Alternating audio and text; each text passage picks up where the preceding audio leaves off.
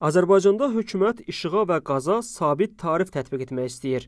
Sabit tarif o deməkdir ki, işıq və qazdan istifadə etsəniz də, etməsəniz də hər ay müəyyən məbləğ ödəyəcəksiniz. Bu vergi hər ay istifadə etdiyiniz işıq və qaz pulundan əlavə ödənişdir. Yəni, əgər qərar qüvvəyə minərsə, hər ay istifadə etdiyiniz qaz və işıq pulunu ödəməkdən əlavə sabit tarifi də ödəməli olacaqsınız. Hələlik bu məbləğin nə qədər olacağı məlum deyil. Təklif Energetika Nazirliyinin tabeliyindəki enerji məsələlərini tənzimləmə agentliyindən gəlib.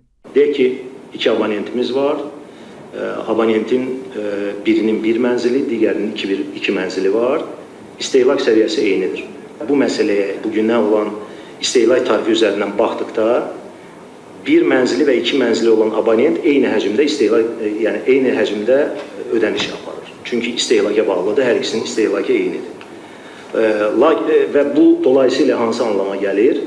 3 mənzilin infrastruktur xərcləri, məsəl üçün bayaq sadalanırdı, məsələn, sayğacla bağlı xərclər 2 abonent arasında bölüşdürülür. Bununla bağlı Milli Məclisin Energetika Komitəsi də qanuna dəyişiklik edilməsini irəli sürüb. Lakin təklif sadə insanları, eləcə də bu sahənin mütəxəssislərini qane etməyib. Sosial şəbəkə istifadəçiləri bunu millətin cibinə girmək kimi şərh ediblər. İstifadəçilərdən biri yazıb ki, görünür hökumət indi də kreativ soyğunçuluq ideyalarını işə salıb. Bir çoxları isə sual edir ki, niyə yaşamadığım mənzildə istifadə etmədiyim qaz və işığın pulunu ödəməliyəm? Mütəxəssislər isə bütün məsuliyyətin abonentlərin üzərinə qoyulmasından narazıdırlar. İqtisadi təhlilçi Natiq Cəfərli Facebook hesabında yazıb ki, stat, su, işıq, qaz təbii inhisarçılar olan dövlət şirkətlərinin əlindədir. Bizim hüquqlarımızı kim qoruyacaq? Yaxşı, saatlarla işıq, qaz, su olmayanda şirkətlər vətəndaşlara kompensasiya ödəyəcəklərmi? Məsuliyyət tək tərəfli olmur axı ki, tək vətəndaşın çiyninə yüklənsin. Bəs şirkətlərin məsuliyyəti hardadır?